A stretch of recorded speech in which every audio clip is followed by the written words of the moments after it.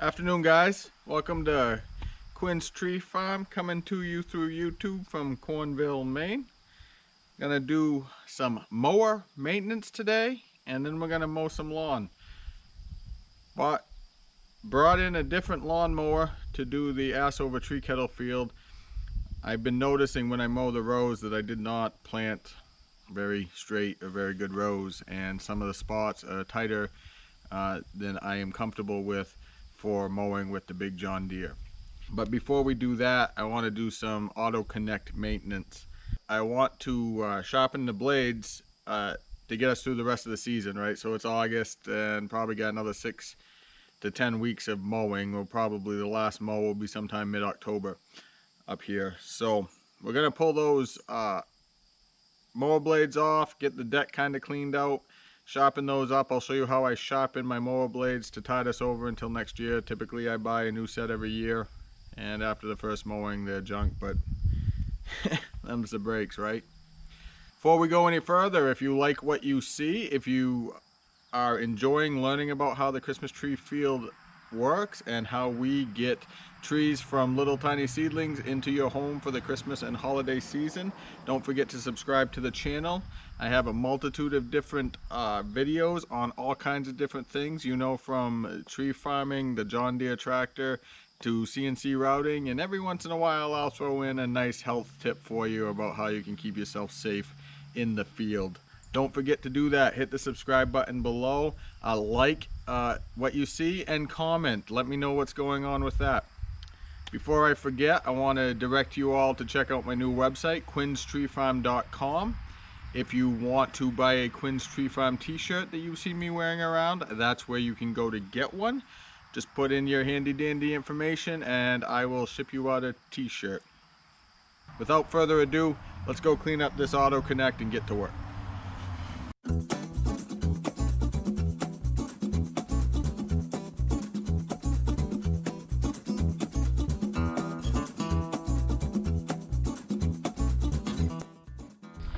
Okay, so I'm glad I took it off. Apparently I got into some junk there. So we'll get that stuff cleaned up and cleaned out. The old moth out there. Remember, 18 millimeter. And then I just got a piece of wood here. If you look, it's one of my old signs that apparently wasn't going well, so I culled it out. Now I'll get a trip to the burn pile. So 18 millimeters takes it right off. I do like to keep, luckily when they put them on and off on a regular occasion, these keep up pretty good. I'll put some PB in there or something to keep it out, keep it from getting too muddy. All right, got the blades off without a hitch. I'm using my jaw horse. This is made by Rockwell tools. They've been out for quite a while. This one's a little bit older. Not a big fan of Rockwell equipment. I think it's kind of one of the lower grade junk lines that these big conglomerates sell. But I will say that the jaw horse is one of the best tools that I have, and it's one of the best I think that Rockwell has. So this is what we're going to do. I'm going to put it right in my jaw there. And what happens is it locks up, and then you can't move it. And then I got this little lawnmower sharpening thing there at the tractor supply or somewhere, and we're going to give it a go. And basically what it does is it spins real fast, and then we're going to sharpen these up.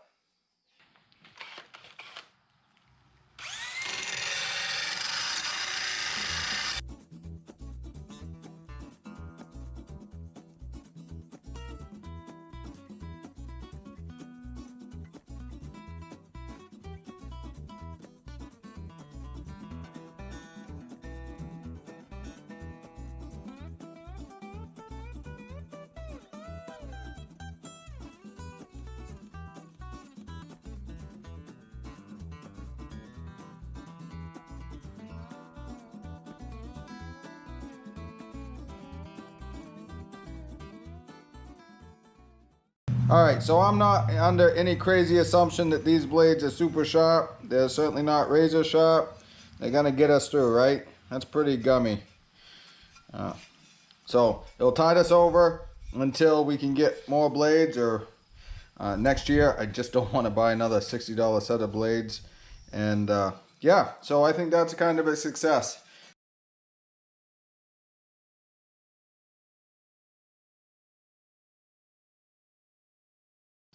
I want to show you something on the 54D here that I've been thinking about for a while, and in my first video of the review where I said that I didn't like it, and don't get me wrong, I still don't love it, I had screwed some things up which were causing some of my problems. So if you look here, this bar is what keeps the front, it's how it hooks into the machine and it holds the front end up. And when I had it set up to do the review, I had put this on and I had put it on upside down.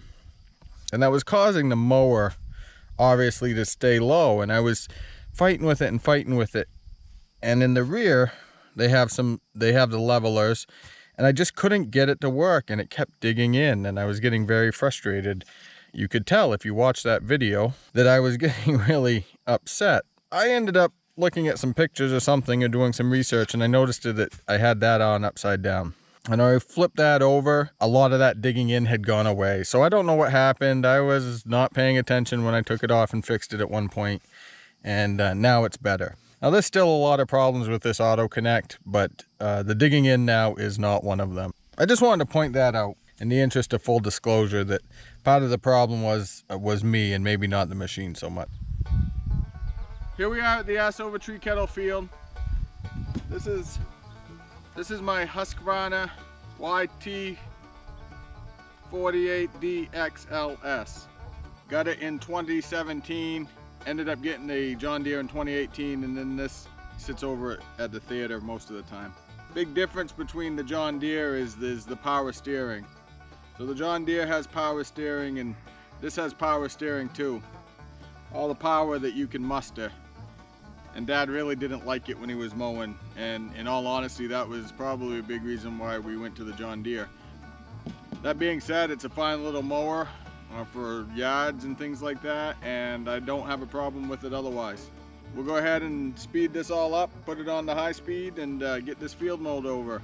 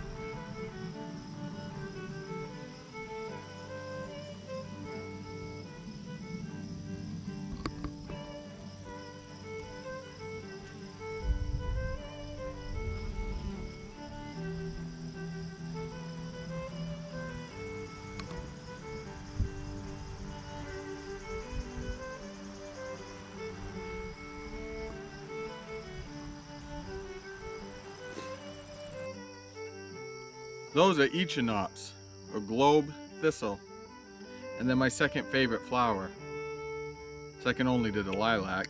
Apparently I like purple flowers. I love them. Christine doesn't love them, but I love Christine. And I love Maine, and Echinops are part of that reason. They're part of the reason why I'd really rather feel bad in Maine than feel good anywhere else. So there I go, my friends. I'll see you soon.